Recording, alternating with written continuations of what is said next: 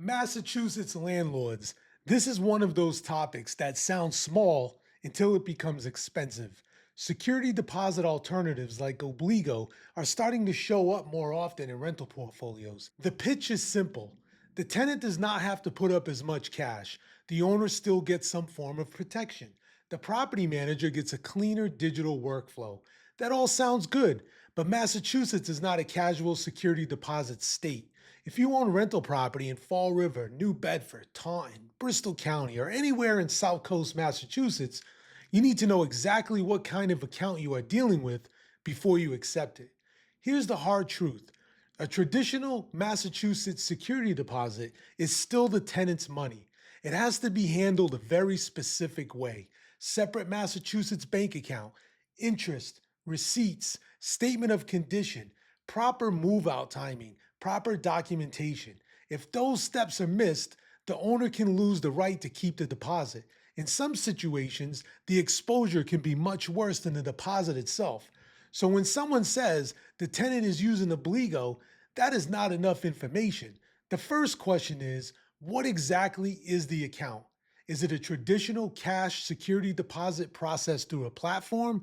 Is it just a billing authorization? Is it a partial deposit? Is it an installment deposit? Or is it a non-refundable fee paid so the tenant can avoid a security deposit?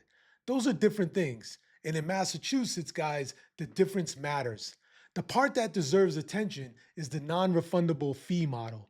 Massachusetts amended the security deposit statute in 2024 to talk about a possible fee in lieu of a security deposit, but the statute points to regulations from the Executive Office of Housing and Livable Communities.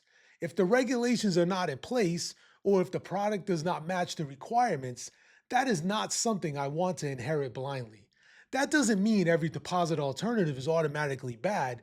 It means you verify before you rely on it. If Fortified is taking over a property and existing tenants are using a deposit alternative, we want a tenant by tenant breakdown. What product is each tenant using? Did they pay a cash deposit? Did they pay a non-refundable fee? What amount is authorized? Did they sign an agreement? Were they offered the option to pay a traditional Massachusetts security deposit instead? And if there is an actual cash deposit, we want the normal Massachusetts documentation.